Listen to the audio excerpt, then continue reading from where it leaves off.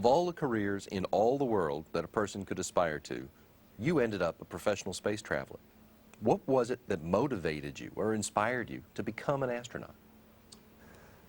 I think the astronaut job is the best job in the world, and I realized that when I was older and started applying for it, that it was a pretty cool job. But it first hit me when I was a little guy. When I was 6 years old is when people first walked on the moon, when Neil Armstrong took those first steps that everyone remembers, you know, and who was alive at that time and can remember, remembers that day. And I just thought it was really cool. I thought this was even bigger than, you know, baseball. And in New York, the Mets were winning the World Series in 1969. That was pretty big, but I would say the moon landing was right up there with the Mets in the World Series. So it made a big impression on me as a little kid. And I started to look up to the astronauts as my heroes when I was that age, and went to the Hayden Planetarium in New York City with my folks whenever we could, and I took out books about it, and I just remember really getting into it. Dressed up as an astronaut for Halloween and the whole bit. So I was really into it at an early age, and as I got older, you know, I kind of forgot about it. As I got into high school, I was a high school student, and you know, I just liked math and science and going to school, and didn't really think about what I was going to do. And it really wasn't until after I got out of college and I thought about what I wanted to do with myself that I thought about working with the space program. I had always been interested in the space program, and I didn't know if I could be an astronaut like I dreamt about when I was a little kid. To me, it sounded kind of silly. I still want to grow up to be an astronaut, but when I was in my 20s, I thought about, you know, I can get a job with NASA or a contract to do something with the space program, and went to grad school at MIT. Undergrad, I was at Columbia, worked a couple years, and then went to MIT, and started pursuing a space-related career, and looked into applying, and started applying while I was in grad school. But it is the greatest job in the world. It's just tough to get. It's not, and I realize that too, so I feel very lucky that I have it. What were the other jobs that you had in the space business before you became an astronaut? Before I became an astronaut, I was my odyssey to become an astronaut kind of started in grad school, and I was working up at MIT in space robotics related work. Human and robot working together was a hot topic, and one that I was interested in, and I worked in that area, and got some exposure to NASA at that time. I worked a couple summers for NASA. Worked at NASA headquarters for a summer, at the NASA Marshall Space Flight Center for a summer. I worked in Germany with German aerospace program one summer, so I got a little bit of a taste of the professional work while I was still in grad school. And then after that, graduating, I came down to the Johnson Space Center after I got out of graduate school, and worked for McDonnell Douglas as a support contractor for the Johnson Space Center, and did some human robotic related research for a few years. Then I got offered a faculty job at Georgia Tech, and that was pretty cool. Being a faculty member was a fun job at Georgia Tech. It was a great school. I did that for a year, and then NASA said yes while I was at Georgia Tech, and then we moved back to Houston, and I've been with NASA since that time. That's a lot of moving around from New York. Yeah. Tell me about your hometown. Tell me about where you grew up out in Queens. I'm in Queens. I grew up in Franklin Square, Long Island, which is just very close to the New York City, Queens border. So it was a suburb of New York City is where I grew up. But it was a nice place to grow up. Long Island was kind of a suburban setting. A lot of good friends. I still see a lot of these folks every once in a while. And my wife's from the same area, so we go back and visit quite often.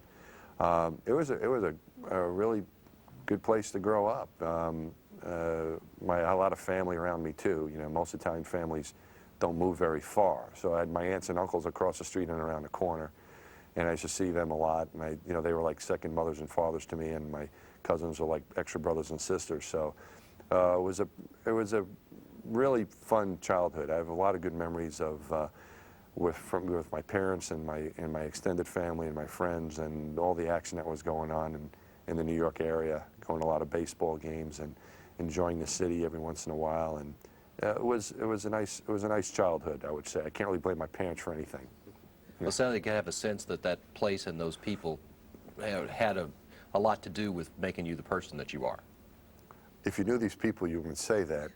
But yeah, I don't know if I can.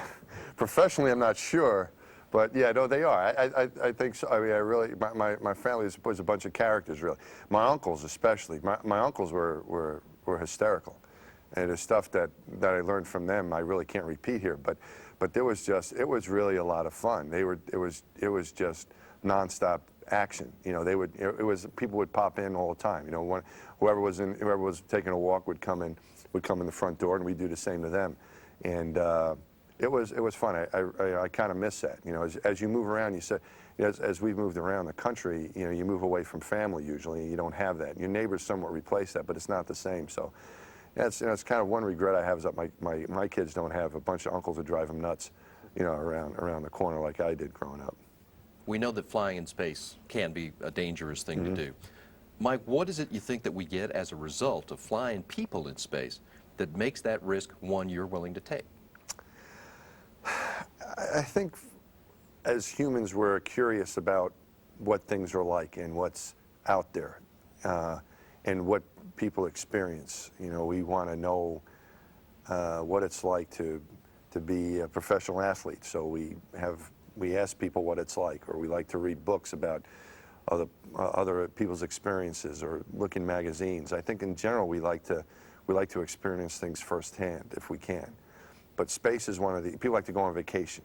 You know, they like to see things. But in general, it's very difficult to get to space. It's not something we can send everybody to. So I think as astronauts, we are the lucky folks who are kind of like the representatives for everybody else that get a chance to go and get to experience that, and hopefully tell people what it's like, and people can, if they're interested, can tune in and see what we're up to. So I think it enables us as humans to experience what's really out there. And the Hubble can give us a view of what we can't get to yet and kind of whet our appetite. But I don't think we're truly satisfied unless we experience it firsthand. So I think that's part of it, and that's why I think we do it. I think there's the other part of it is that it's sometimes useful to have people in space. You know, we're able to react to things and fix things and keep things like the Hubble Space Telescope going, and keep the research that we're doing in the space station. Humans are able to effectively operate there and be able to keep that all going. Without people, you wouldn't be able to build the space station. So we do have a usefulness as well, but I think it's also the experience of going is what we're able to do. That's we're able to go there and see what it's like. What does it look like, smell like? What does it feel like? What is the view of the Earth like? What do the stars look like firsthand? It's an extraordinary experience. I couldn't imagine not having people partake in it.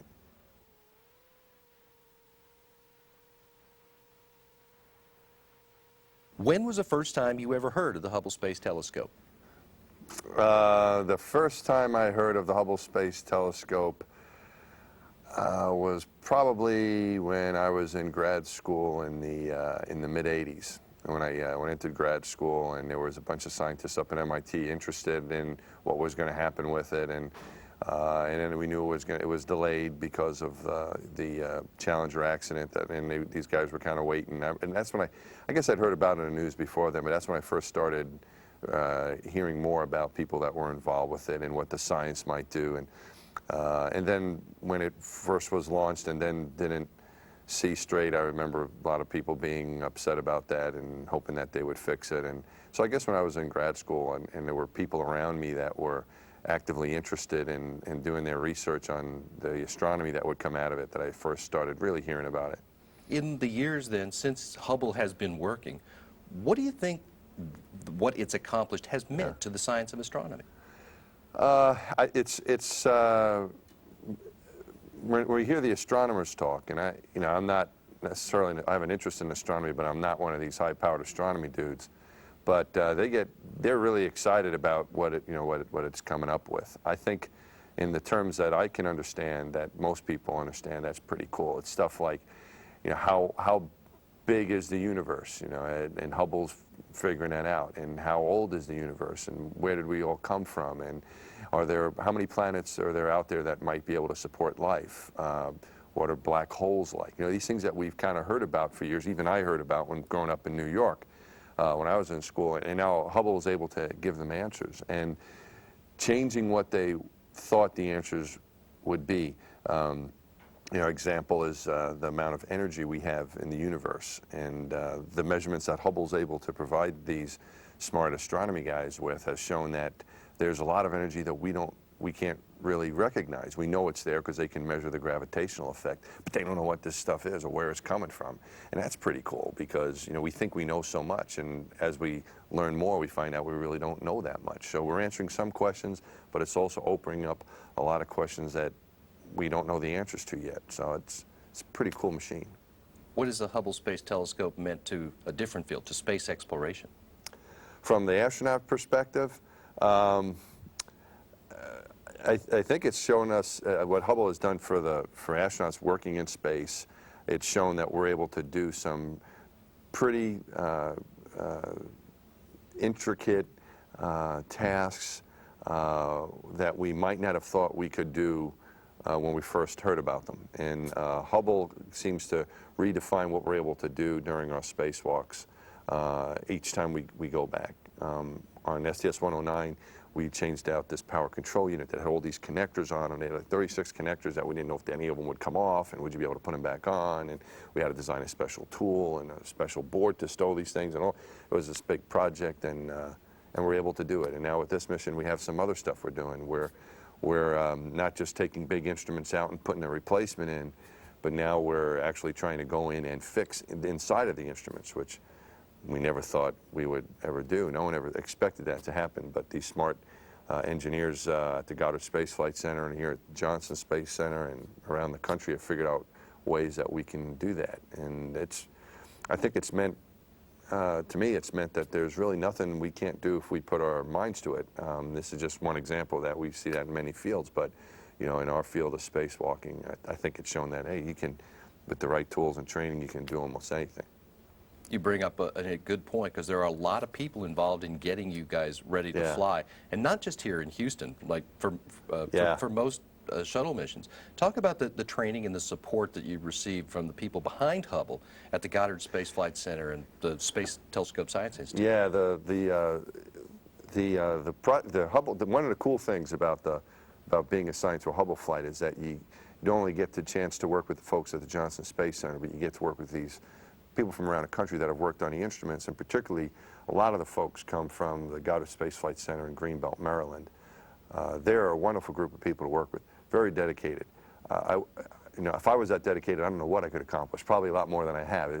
They're really, really into what they're doing, very excited about their work, and really smart, clever people.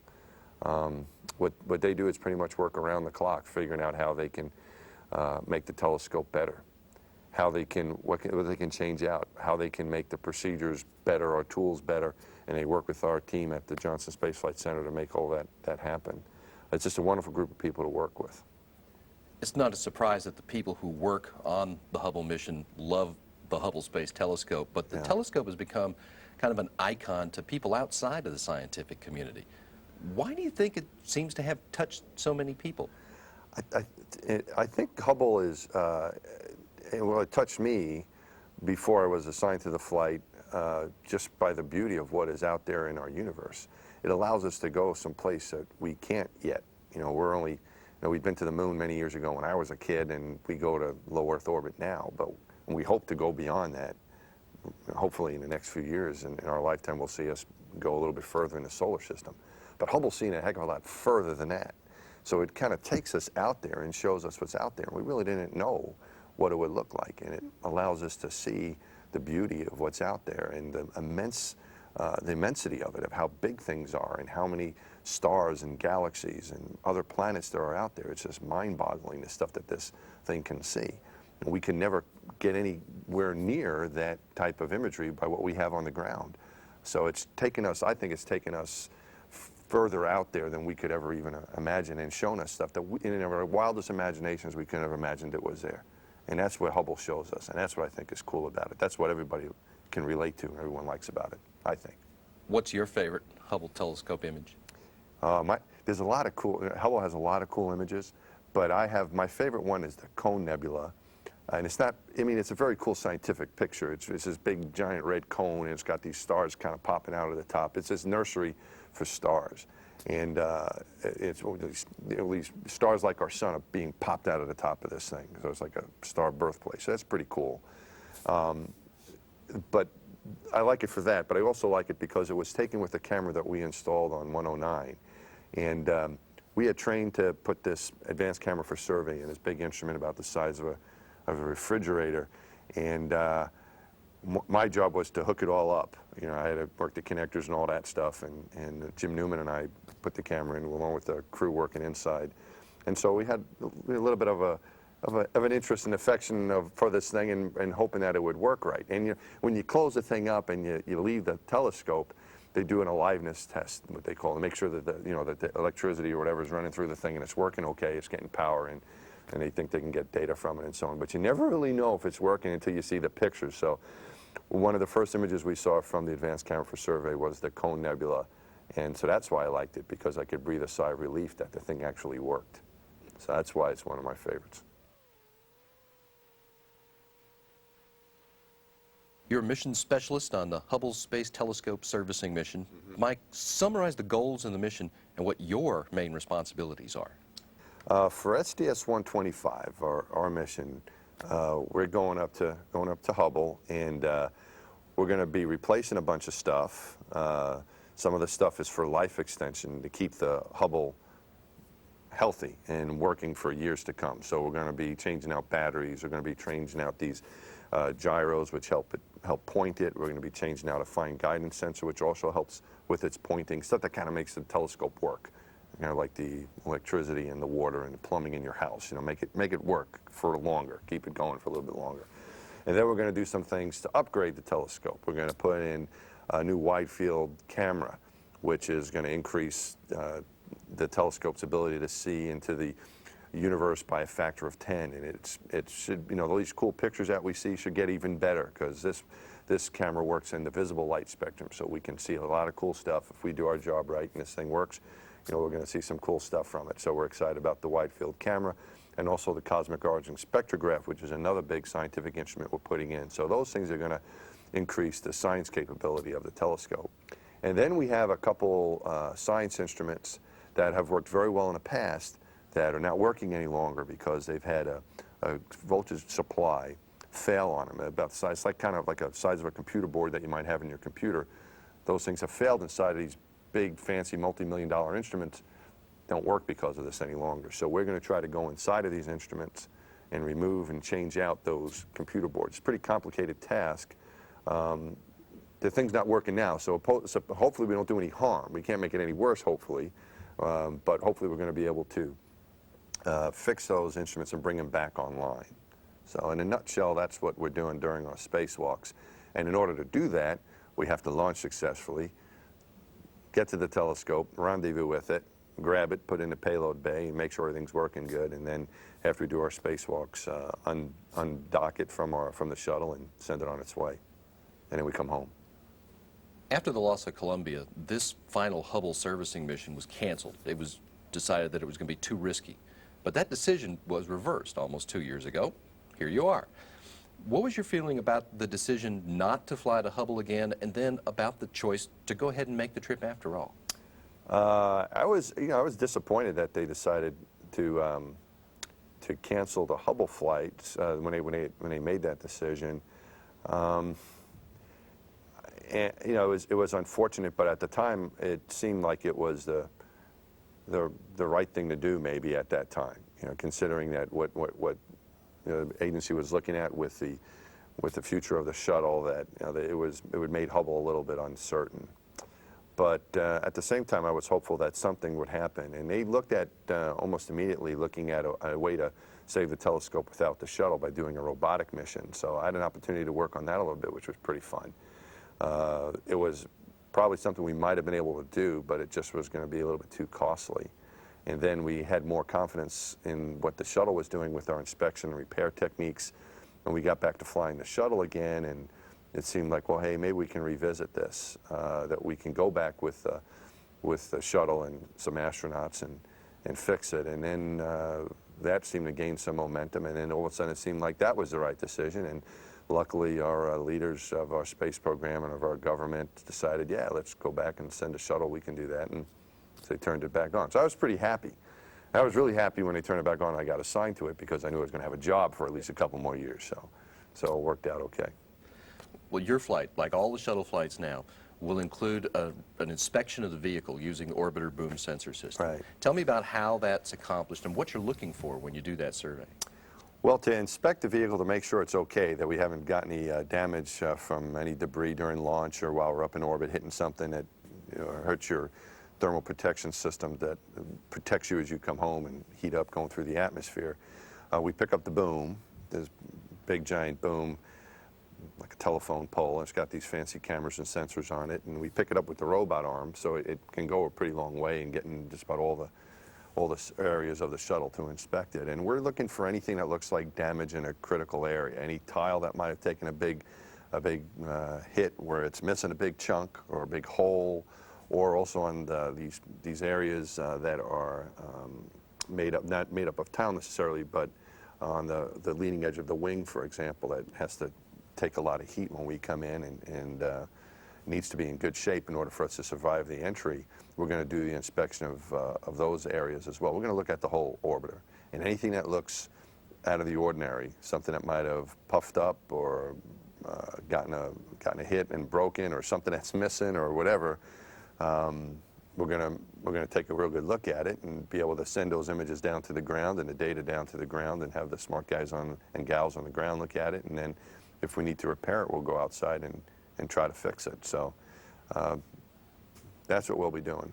Well, we've tested out some ways to make repairs to the shuttles since the return to flight. What could you do to fix damage so that Atlantis could come home? Well, if you have a hole in a tile in an area that you don't like, in other words, if it's an area where there's it's a section of the space shuttle that, with that type of damage, we say the experts figure out that this isn't a good thing. We don't want to take that chance.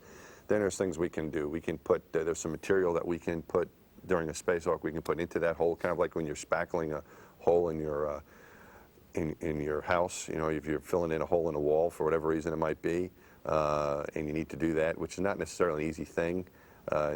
In space, it's probably going to be at least as difficult. So messing around with that kind of gooey stuff.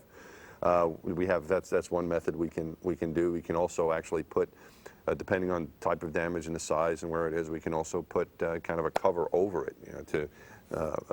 For some of the damage we might take, we can put like an overlay is what they call it over the damage to protect it.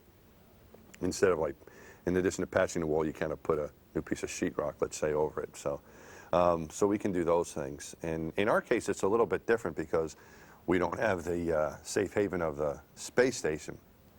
All the other shuttle flights go up to the space station, and you have the opportunity to hang out there for a while until you figure out what's going on and how to get everybody back home safely. In our case, we don't have the space station with us, so any damage we see, if we can't repair it, another vehicle will come up and come get us. So it's a little bit different than most shuttle flights in our case.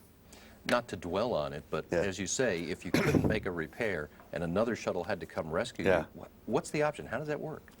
Well, we're going to have a crew standing by. This was part of the deal when they turned Hubble back on, was that they decided, they being the folks who run our space program, Mike Griffin and his team, looked at the different options. And in order to feel comfortable about sending us to Hubble, what they wanted to do was have another space shuttle ready to go on the launch pad with some friends of ours who say they'll come get us. You want to make sure you get the right guys and gals to come get you. Guys that are willing to.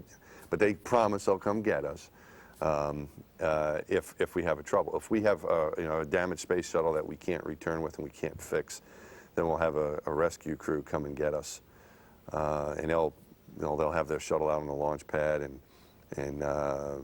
I don't know how much. I don't know if they're going to go into quarantine. I think they should get a patch. They should get their own patch. I think like the dog, the Saint Bernard that comes and rescues people with the whatever that little barrel that's got under his. I think that should be their crew patch.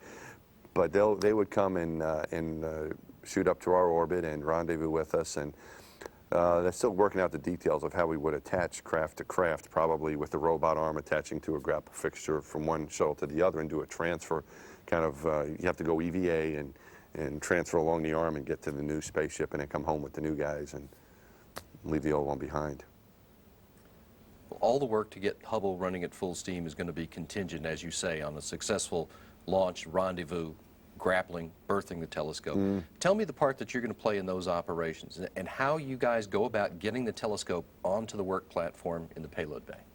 What I'll be doing is I'll be working with Megan MacArthur, who's our prime robot arm operator. I'm her assistant, more or less, with the grapple of the telescope and putting it into the payload bay so we can work on it. So our commander, Scott Altman, will be flying us close to the telescope. Once we have a grapple fixture, a target that we'll be looking for on the telescope, and we'll line the robot arm with it, and then Megan will go in and get it, and I'll help her any way I can, mainly just kind of being a lookout and looking at the views around her, making sure the arm's in good shape, that she has the right rate coming in and everything looks good, just kind of making sure that everything's okay and nothing unexpected's happening. And Megan will grab the telescope with the arm, and then once we have it, everyone breathes a sigh of relief, and then we move the arm with the telescope attached to it down into a servicing structure like a big turntable. And the telescope's got these little bars on the bottom of it, and we've got these latches on this turntable out in the payload bay, and we grab onto it, and then the arm can release it, and then this thing can move around and turn and get whatever we need to work on, we can put in it's kind of a big lazy Susan. You want to get the ketchup over here, so just spin it and get to the ketchup. That's what we'll do. We'll spin it and get to the wide field camera or whatever instrument we need to get to. So for the spacewalks, the telescope will be in the right position, and that's what will happen. Right after the berthing, there's a couple of hours set aside for a survey of the telescope. What's that task? What are you guys looking for then? It's just a way to document what the telescope looks like. And this thing's been in space and no one's looked at it since STS-109, which was 6 years ago. And we want to see what kind of shape it's in and get photo documentation of what the thing looks like. And it gives us it gives the crew I like it because it gives us a chance to really look at this thing and see where we're going to be working on it and where all the different what the doors look like. It's all shiny. One thing I know from last flight, it's shiny. In the pool, it's painted and everything, but it doesn't have this shiny tape on it. Where the telescope's almost like a kind of a mirror on the outside. It's really nice and shiny and cool looking. And it's nice to get a chance to see it, and the survey gets you a chance to take some close-up images of it. And then all those images get sent to the ground, and people will look at it. And they're looking for anything out of the ordinary, maybe some damage it might have taken, or if anything looks particularly worn or out of the ordinary, or just gives us a chance. If any of the thermal blankets around it, or any the MLI, the stuff that's the acronym for the fancy words that describe the outer stuff. If anything's damaged or ripped or torn, or anything's out of place, we'll be able to see it. So we're just making sure the telescope's in good condition, and if it's not, seeing what we might be able to do to help it out. In the broad strokes, you've been preparing for spacewalks on this telescope, quite similar to the job that you had on your last shuttle mission on this same telescope. How has the experience for you of having done this before helped you and your team get ready for this mission? I think having a chance to fly Hubble before was a great experience, and for me personally, when it was over, it's kind of sad when the big party's over, right? So I was pretty sad about it, and I was sad in some ways because I wasn't going to be seeing all my friends from Goddard all the time. You get pretty close with them. People from the Johnson Space Center, they were stuck with me because I live here with them and see them a lot. But I was a little sad about that. But so it's kind of fun getting a chance to go back and working with them again. As far as the experience of working on the telescope, Hubble's a little bit different. Space Station kind of dominates our training and everything we do when we're in the pool, training spacewalks. Normally, we're training for space station spacewalks, and most of our support and our conversations and our meetings and our tools and everything else deals with space station. So Hubble's a little bit different than doing station. It's a different spaceship. Your technique's a little bit different. You only have one shot at it. there's no crew that's going to be hanging around to do things later on if something breaks. So you want to get as much done. So the choreography, you spend a lot of time on any spacewalk choreography, but you know, we have in mind that this might be the last time anyone goes there, and it's the last planned time that anyone will be up there. So having the experience of knowing what the tools are like and working with the team before and what the telescope looks like and how you work with it, I think has been very useful in helping us prepare for this next one. Or at least that was the idea, so I hope it has been, and I think it has. For me personally, you know, going the first time was really cool, and I think about it, I think I'm actually more excited this time because I know what it's like. And when it's just in your imagination and you're thinking about what spaceflight might be, you know, you might think about it or dream about it and know you want to go and all that. But once you've seen it and you've gotten a chance to view the Earth and while working on the telescope, viewing the Earth from inside the cabin and being out there on a spacewalk and looking around and being a part of a team, of a crew, that's pretty cool stuff. And so getting a chance to do it again, I think I feel very fortunate to get a chance to do that a second time. Timeline for this mission calls for 5 spacewalks over 5 consecutive days. Now, how do you guys divide up the responsibilities from helping spacewalkers get ready to go outside to robotics operations to coordinating with mission control, keeping things running smoothly on board? For 5 days in a row? Yeah. Is that what you're saying? Well, we try to practice as much as we can that scenario on the ground. When we do our training in the pool, we generally do it, since we have 5 spacewalks, we have 5 days of the week. Somehow that worked out pretty good. So we try to start on Monday and go through Friday when we do it in the pool as much as we can as scheduling allows. And that kind of gets us into that rhythm of waking up, getting ready to do a spacewalk, doing this spacewalk, and then coming back inside.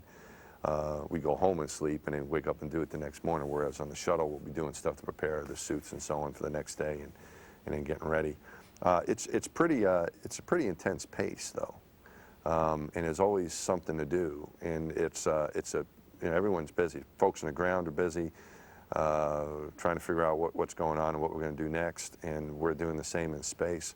Everyone's working to do whatever they can to make that run as smoothly as possible, but you're pretty much moving all the time. You're doing something all the time. As soon as you wake up, it's time to get the 2 spacewalkers ready to get out the door, and it's time for everyone else to get ready, for Megan to work the arm, for Scooter to be the commander and make sure everything's going well, and Greg Johnson helps us out with our EVAs and with our videotaping, and then the 4 spacewalkers are going to be getting each other ready and getting the tools set and getting the guys out the door, and then working the choreography during the spacewalk. I'd say, Dave, on the days that you don't go outside, you're still working. You're still working on the days you're not outside. You can try to take naps, but that's kind of difficult because they still expect you to work. What our job is on the inside, when you're not outside spacewalking, the team that's on the inside helps the team that's on the outside by getting them ready to go out and then working the checklist, which is spacewalking is an open book test. Not all tests in school are open book, but this is definitely an open book test. So if they have any questions, we have to answer them. We have the answers for them. So we have this big giant checklist, and it has what we're, the order of what we're supposed to do and little reminders of things that we think we might forget, and has all the info we need to run our spacewalk. So it's the responsibility of the guys that are on the inside to use that information and convey that to the guys on the outside so that they can do their job. And you have to try to stay ahead of them and think about what do they want to know. It's kind of almost somewhat of an art that takes a lot of practice, because I think the best way to do the inside job is to think about what you would want to know if you were outside, not just read the list. Even my mom won't get upset, but even my mom can do that. She can, she hasn't had any space training. She can sit there and read the checklist. You want to do a little more than that. You want to say, all right, this is what he's thinking about now, and next he's got this going on. He's got this on him, and he's been outside for 2 hours, so that means this or whatever. And you want to take all that into consideration and try to feed them the information they need and make sure the job gets done and take good care of them, because they're going to hopefully do that for you the next day. Well, I want to talk about the things that you're going to be delivering and how they're going to improve operations of the telescope. Top priority components are 2 rate sensor units. What are they? Yeah. What do they do? The rate sensor units, if you take the first letter of each one of those, we call them RSUs. So that's even more code work for you. But those are the gyroscopes, things that spin and point the telescope very, very accurately. They actually don't move the telescope, but they can sense any motion and they help point the telescope very accurately. And these are pretty amazing devices, the rate sensor units. They can point the telescope so accurately. The analogy that we have on Earth to that is, if you could do it, is if you were on, say you and I were in, you were in Washington, D.C., and I'm in New York. I'm from New York originally, so that makes sense, right? You spend any time in Washington? Yeah. All right, okay. So you're in Washington, D.C., up there with the headquarters guys, and I go to the Empire State Building, okay? And you go to the Washington Monument, and I've got a laser, and you've got a dime, and I can shine my laser and hit your dime from the Empire State Building in New York to the dime on top of the Washington Monument. That's how accurately the telescope can point. And the biggest contributor to that pointing capability are these rate sensor units. That's what enables Hubble to do its great science, because it can point and hold its position on these far-off images, these things that are way out there in the universe. It can get these images because it can point very accurately. And it's the rate sensor units that do that. Unfortunately, these things wear out, so they don't last forever, and we need to change them every few years. So that's why it's the highest priority. The next top priority is the Wide Field Camera 3. What does that do, and how is it an improvement over 2? Well, it has one more number to it, 2 to 3. I think it's better. The wide field camera has the ability to see in the visual light spectrum, which means that it can see stuff that's out there that we can see with our eyes if we were able to, sort of, kind of. So it shows us the really cool images that we see. Most of those cool images come from the wide field camera. And in the past, before the advanced camera for surveys was put in on the last servicing mission, prior to that it was wide field that provided all these cool images. And then advanced camera for surveys contributed a lot of those. And now this wide field camera 3 is going to be an improvement even on those instruments.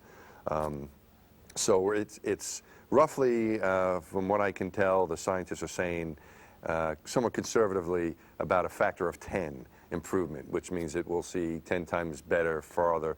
It's the increased science discovery capability of the telescope with this new camera will be increased by a factor of 10. So it's a high priority because it's going to return some really cool science.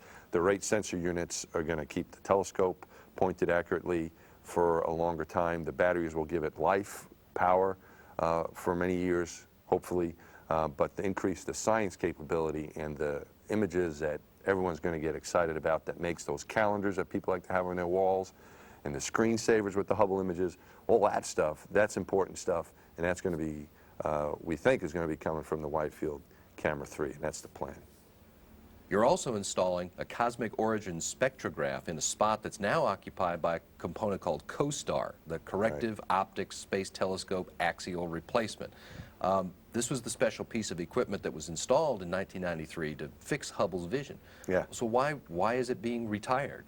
Well, the COSTAR, as you said, is kind of like the eyeglasses for Hubble. When they launched Hubble, it wasn't seeing so good, and everyone was disappointed, and maybe some people were angry, or whatever's going on. The clever people in the Hubble Space Telescope program figured out, well, hey, light comes into the telescope and gets distributed around all these instruments, and it's just coming in cockeyed because of there was a problem with the mirror. So just like our eyeballs, as you get older, as I'm getting older, you don't see as well as you used to. The light's still coming in your eyes, it just doesn't focus right. You put glasses on, you can see better.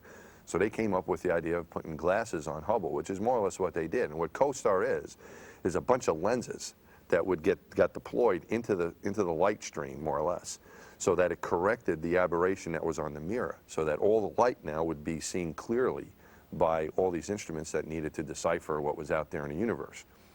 But what these smart guys also did is that since they knew what the aberration was, what the problem was, what the prescription that the telescope needed, when they put a new instrument in, like when they put Wide Field 2 in, they gave it its prescription already. So when they replaced Widefield, they put the prescription in. When they put advanced camera for surveys, and when they put the NICMOS and the STS, these other acronyms for instruments that they have, they already had the correction in. They already had its glasses on. It didn't need CoStar. So now everything's been replaced. They don't need CoStar anymore because everyone's already got the prescription. So CoStar's glasses aren't needed anymore. So we're going to take CoStar out and put this new scientific instrument in. We're bringing 2 replacement battery modules. Yeah. How big are these things? How long do they last in that environment? They're pretty big batteries. They're about the size of a large television set. You know, they're pretty big, and they weigh a few hundred pounds. And they're actually, as you said, battery modules. So there's 3 batteries within each one of these battery modules. So there's more or less 6 batteries that are going to get put in there. They hopefully will last for a long time. You know, the ones that they have now were launched back in 1990, and they are older than that. I mean, they were around a few years on the ground, so they've lasted 18 years, which is pretty good. There actually was a big concern about those batteries because they were worried about the decay in their, you know, in their performance. But the smart people at the up at the Space Telescope Operations Center figured out that they could turn some lights off more or less in the house, to turn some things off and be creative about how they could conserve them, and they've been able to keep the batteries going longer than they expected. But the new batteries have new technology in them, and they'll be brand new, fresh ones, and hopefully go for a very, very long time, at least as long as these, and hopefully much longer. You've also got a refurbished fine guidance sensor that you're going to install. How does this sensor work with all the other components to get Hubble looking where the investigators want it to look? Yeah, the fine guidance sensor works with the pointing system. So you have star trackers, which if you see the outside of the telescope, it's got like a little face on one end of it. It's got, you know, these 2 sad-looking eyes and another, you know, a hole in the center of it. Those are actually star trackers, and what that does is that part of the telescope can measure where the stars are, can see where the stars are, and use that data to help point. That's one piece of pointing the telescope, but it's the star tracker that feeds information through to the fine guidance sensor. It also works with the RSUs, which also works with the reaction wheels, which spin up and point them. So it's a combination of things. It's the star tracker seeing the star, it's data coming into the fine guidance sensor, it's the rate sensor unit being able to point, knowing any motion and being able to point the telescope accurately, and then it's the motion from the reaction wheel that does the big motions and gets the telescope where it wants to go. So it's all these components working together. In the case of the Space Telescope Imaging Spectrograph, the STS, you're going to repair it rather than replace it. What's wrong with it, and what do you have to do to fix it? Well, the Space Telescope Imaging Spectrograph is a big instrument about the size of a refrigerator that was working fine, and what happened was that it blew a fuse, more or less. Not really a fuse, a power supply went on it. And we need to change this power supply out. The power supply is about the size of a computer board that you might have in your home computer. It's like changing one of those out. The problem is that this thing was not supposed to be changed out in space. And it's hard enough to change this thing out on the ground. We saw some of the technicians change these similar boards out on another instrument, and it's not an easy thing to do. For one, it's hidden. It's inside the instrument. And if you look at the instrument, the outside of the instrument, it's got all these little, like, little screws around it, like little buttons. This thing is, you know, they button this thing up. They put these panels on to cover these things, figuring no one's ever going to get inside. This is going into space. You know, we have to button this up very nicely, and they did a very good job of that. You know, so we've got 117 fasteners, small little screws that are standing between us and removing this plate, and most of them have little washers in them, and some of them have some staking, which is, you know, some material that keeps them in there nicely, because of course no one was ever supposed to screw around with these things, but we're going to go in here and try to remove them. So the plan that we have is to go inside the telescope and remove a couple of those fasteners, put some guide studs in, and then put a capture plate on top of it, which is kind of like a fancy piece of plexiglass that we can cinch down onto this main cover. And it's got holes in each one of these. For each one of these fasteners, there's a hole in the capture plate that we can stick our tool head through to undo the fastener, so it's big enough to let the the skinny tool head through to get to the fastener, but it's large enough so that none of the material can come out through that hole. So that's the basic idea. And there's other little things that people didn't think of, like the crew that put it in wanted a center of gravity label, so they would know where the center of gravity for this instrument was. You know, this is a good idea. This way when we move it around, we'll know where the center of gravity, how it'll rotate about. Well, that thing's an aluminum plate, more or less, that's stuck on top of a bunch of fasteners that we have to figure out a way to cut that out, so that we have a little cutter that's going to work on as part of this capture plate. There's a little clamp that we need to remove, and we've got to get the handrail off. And all these things that these guys spend a lot of time figuring out and making nice and secure, we have to undo all that now. You know, they never expected anyone to go inside of there. And then we have to get the board out, which is, you know, it was made to withstand launch and not be removed. So we have to move that out and then put the new computer board in. It's really a power supply, not a computer board. But it looks like a computer board that we're going to shove in there, and we'll be done. Now, the job of repairing the advanced camera for surveys is spread out over a couple of EVAs. Right. What is it you're going to fix, and what will that let ACS do to contribute to Hubble's mission? It's a similar repair to the STS repair, the ACS repair. It's also a power supply that has gone bad, and it's removing 4 boards from ACS, but it's again removing a panel with many non-captive fasteners, not as many as on STS, but it's a bunch of them. So they have to put another capture plate on there and take those off and replace those boards and then button it back up. And that's going to be, it's over a period of 2 days, just because we don't have the time to do it all in one day. We have other priorities and other tasks, and we couldn't dedicate a complete day to it. But we're hoping to try to get as much as we can on EVA 3 done on it. And if things are going really well, maybe we can finish that task on the 3rd EVA. If not, we'll finish it up at the end of EVA 5, at the end of the spacewalks. You're also looking at got some thermal blankets to install. Where do these go on the telescope? What they're concerned about on the telescope is some of the performance of the instruments in the equipment bays. Things like some of the electrical components in the computers and the things that kind of keep Hubble going that we're not going to replace. They're concerned about the thermal properties of those. In other words, they don't want them getting too hot and they don't want to get them too cold.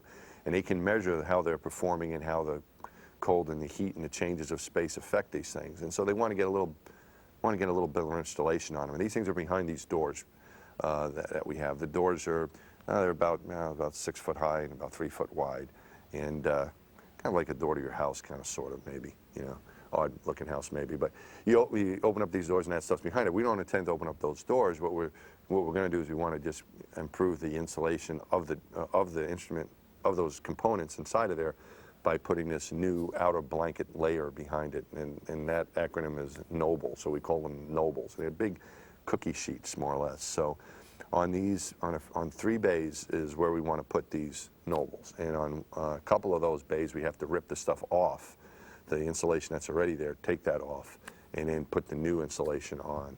And the smart guys figured out that this will help keep these instruments working better and longer. So that's one of the things we'll be doing as well.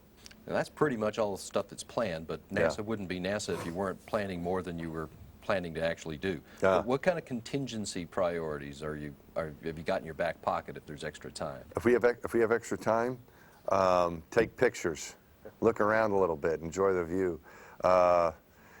You know, we'll see what happens. On 109, on the previous servicing mission, a couple months before the flight, a reaction wheel went and failed, and so we had to figure out a way to fit that in. We were also, you know, you're always ready for something to go. So we've still got a little bit of time for something to break between now and then. So that would probably be the first priority. But I'm hoping we get all of our stuff done. The outer blanket layers that you talked about, only one of them is in our nominal timeline. So the other ones would kind of be a get ahead. I don't know. I'm sure they'll think of something. Right now, I think we're still trying to figure out what we have on our plate, how we're going to fit it in. But after all EVAs are done, time to put Hubble back to work.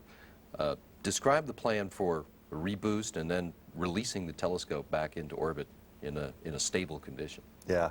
Well, one of the things we can do to help Hubble out is give it a little more altitude. So we'll do a boost of it. When it's attached to us, we'll go to a little higher orbit and give it a little extra distance from the Earth to keep it up there a little bit longer. And once our EVAs are done and we're happy with everything we've accomplished, we will go and grab the telescope with the robot arm again. We'll release it from the servicing structure, and we'll put it in a position above the payload bay, and then we'll let go of it. And then our commander, Scott Altman, will fly us away from it, and we'll leave it on its mission to do its work and make all these wonderful discoveries and get great pictures and sell more calendars. So, you guys are going to be the last people, very likely, to ever lay eyes on Hubble as it floats away from you that day. Got any plans for a special goodbye? Like what I might say, or? Yeah. Any thoughts about that you might? Well, I'm not planning to write my initials in it, no matter what anyone tells you. I'm not planning to carve my initials into Hubble, and I won't pirate anything off of it as the last goodbye. I don't know. I think I'm sure something will hit me, and I'll, whatever. I guess whatever I'm feeling at the time. I think for that type of moment when it's over with, hopefully it'll be a very happy one that we have accomplished our mission, and I'll come up with something for you, Pat. I promise. But I think I'll let the moment take it at that time. Once that's done, when will Hubble ground teams have it ready to go back to work full time and at full strength? Pretty quick. Probably, it takes them, I think, a couple weeks just to get everything back where they want it and get things powered on like they want to and pointed and all that stuff. But probably within a few weeks they'll start generating some images. I would think we'll start seeing those about a month after, and hopefully there'll be the new images that, with the new cameras and so on, will be coming out probably about a month or so after the flight. That's when we got to see them last time, so that's what I'm assuming this time. Some irony, I think, in the need to have a crew of human beings go out and get a robot telescope in shape to continue its mission. What are your thoughts about the future of space exploration and how all those different aspects of exploration are required to make the whole thing work together? Robot and human working together. Yeah. I think that there's a place for each. I think that Hubble is a really good example of how the human spaceflight program and you called it robotic, or the unmanned science community can all work together. Hubble does its job without us being around it 99% of the time. We just go up and visit for a couple weeks every few years is what's been happening. So, but we've been able to keep it going, and without Hubble we wouldn't have the information, and without human spaceflight program going up there to repair it and keep it going and improving it, we wouldn't have all the images that Hubble sends us. So I think it's a pretty good relationship between the science community and the unmanned or not having humans around to do the work and be able to control it remotely, and also having people involved to fix it. And Hubble has been able to extend our reach and our look into the universe beyond what we can do with humans. And we're not going to be able to send people out where Hubble sees for a very long time, that's for sure.